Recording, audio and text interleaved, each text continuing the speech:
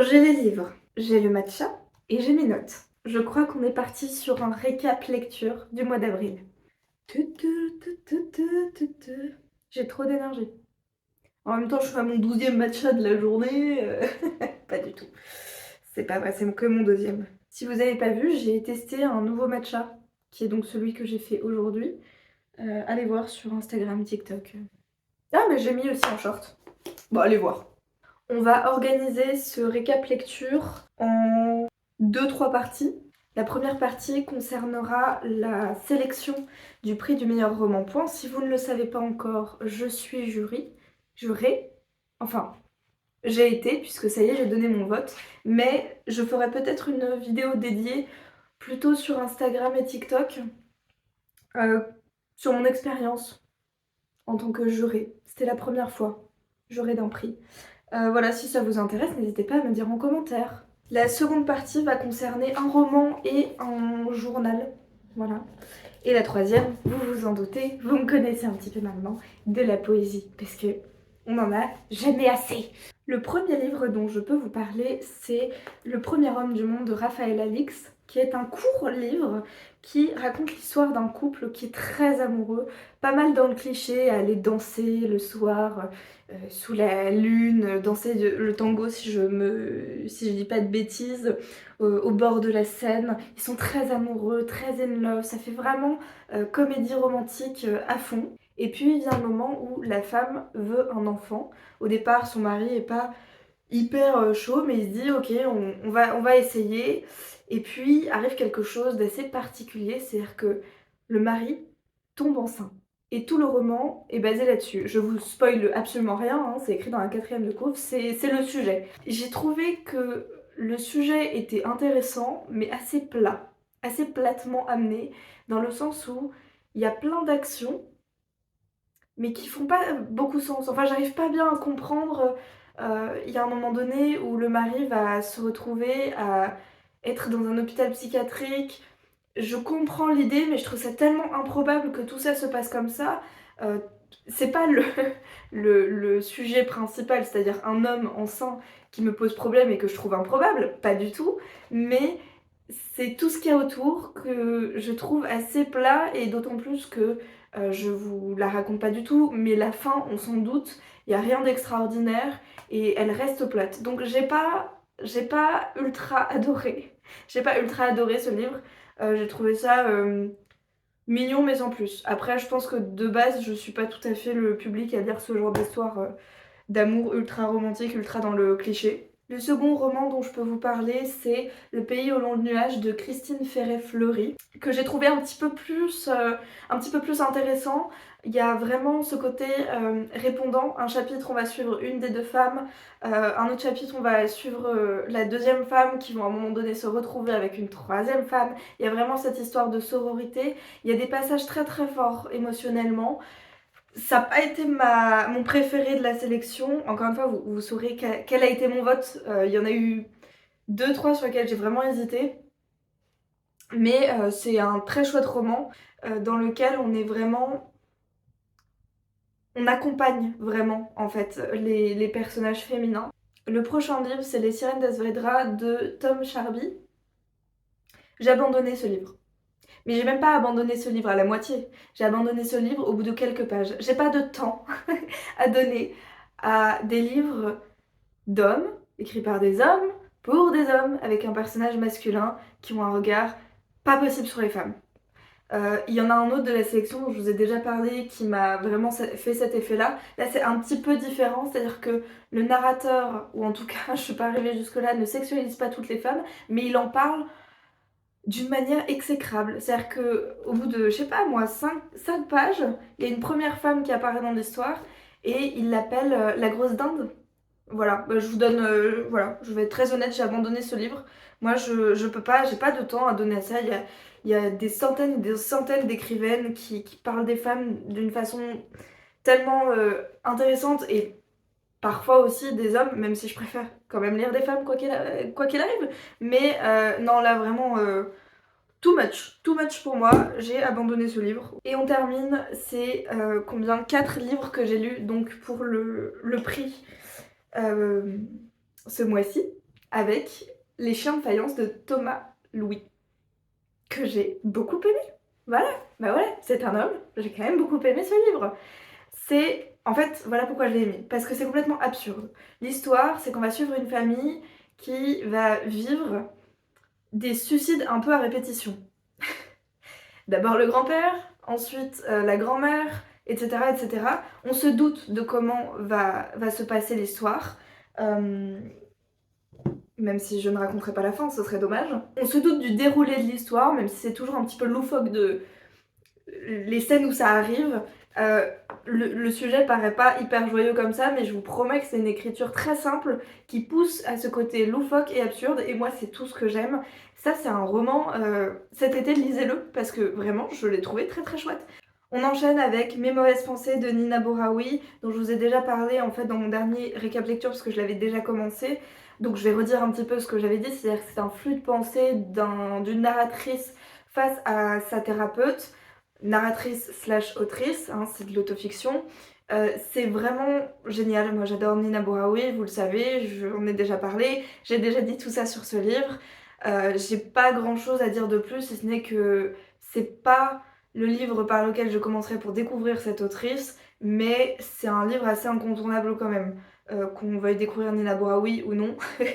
Je trouve que c'est un très très bon livre dans lequel on se plonge, dans lequel on est envahi par ce flux de pensée et dans lequel on sent même en nous cette évolution sur la vision qu'on a, sur la compréhension, sur l'analyse, très important, l'analyse qu'on a de la narratrice, mais aussi de nous-mêmes. J'ai terminé Une lampe dans la lumière aride, qui sont donc une partie des carnets d'André Dubouchet.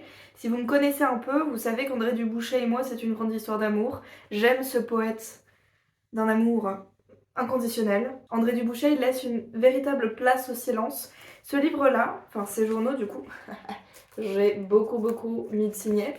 Je les ai commencés en décembre, quand j'étais au coin du feu, pendant les fêtes de Noël à la campagne.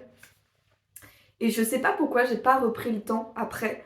Je pense que je voulais vraiment garder cette lecture dans ce moment très particulier, d'être vraiment sous un plaid, à côté du feu de cheminée, avec ma famille derrière, etc. Mais finalement, j'ai quand même terminé ce livre, j'allais pas attendre décembre prochain. Et je suis d'autant plus amoureuse en fait de son écriture. Je pense qu'on peut même découvrir André Dubouchet avec ses journaux parce qu'il y a quelque chose de tellement poétique, intelligent, intéressant, parfois même assez drôle. Sur ses inspirations aussi, les auteurs qui l'ont marqué, il en parle parfois d'une manière tellement sarcastique, c'est vraiment formidable. C'est un peu pointu, on est sur autre chose que par exemple Les chiens de faïence où c'est vraiment une lecture plaisir. Là, on est sur, pour moi, une lecture plaisir aussi, mais très poétique.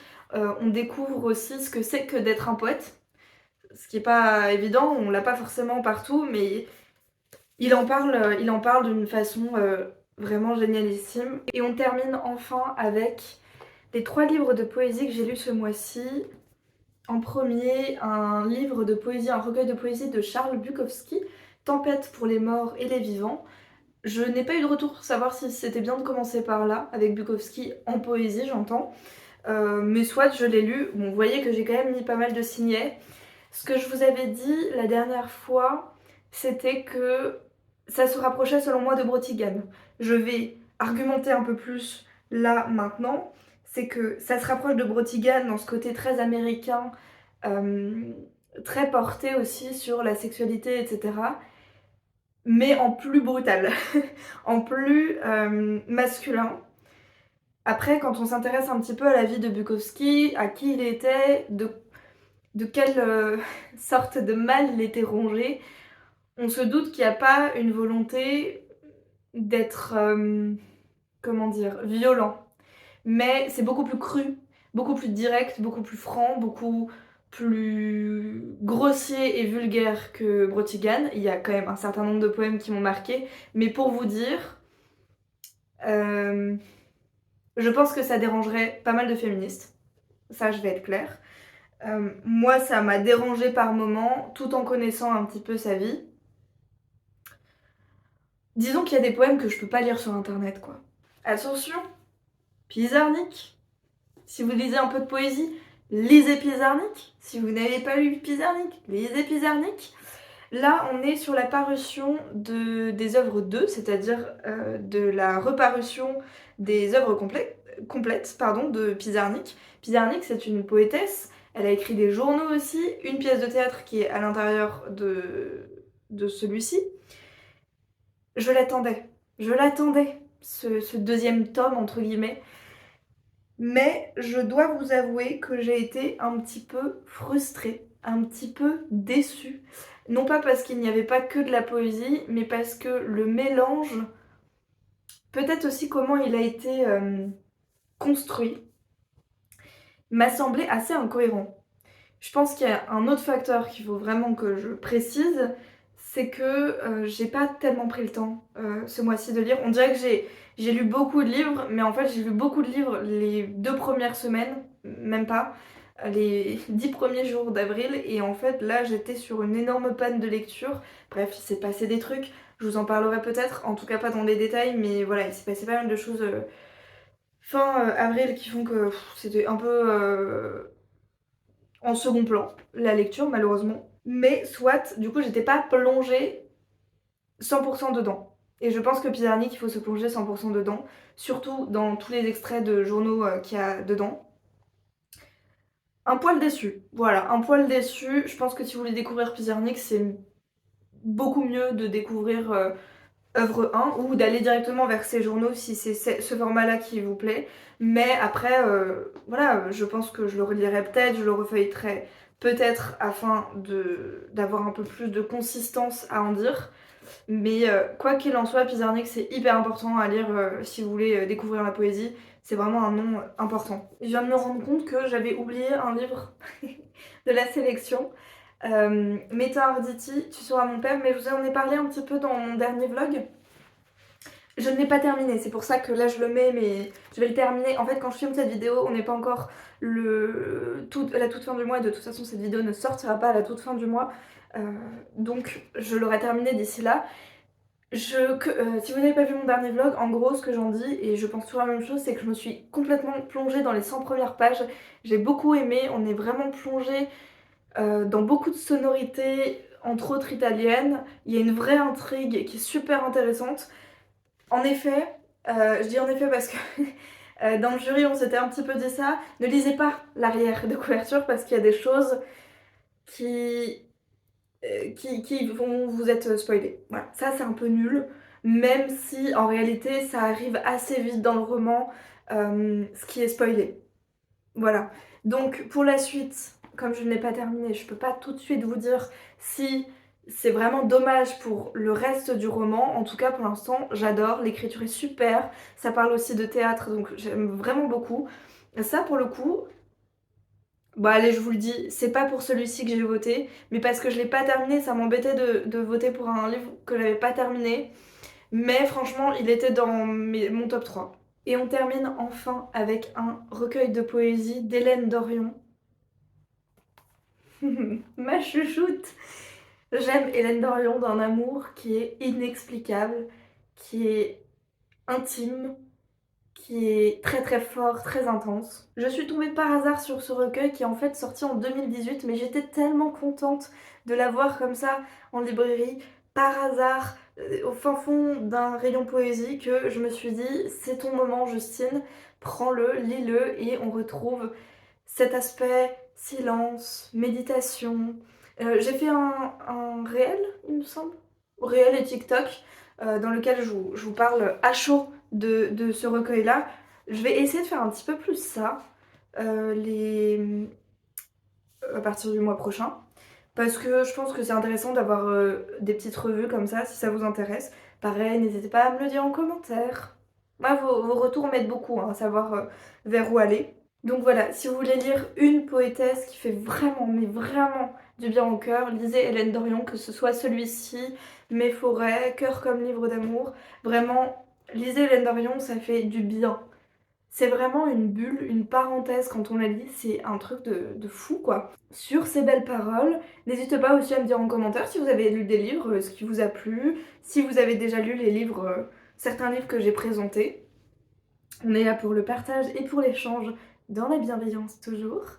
Et je vous dis à très vite. J'essaierai de faire des petits vlogs en mai. Mais je ne vous promets rien, je ne vous promets rien parce qu'il y a des choses à gérer dans la vie. Mais j'essaierai d'être un petit peu présente, plus que ces 2 dernières semaines en tout cas. Et je vous souhaite plein de choses, du bonheur, de la joie, de l'amour finalement. Et du matcha, surtout du matcha.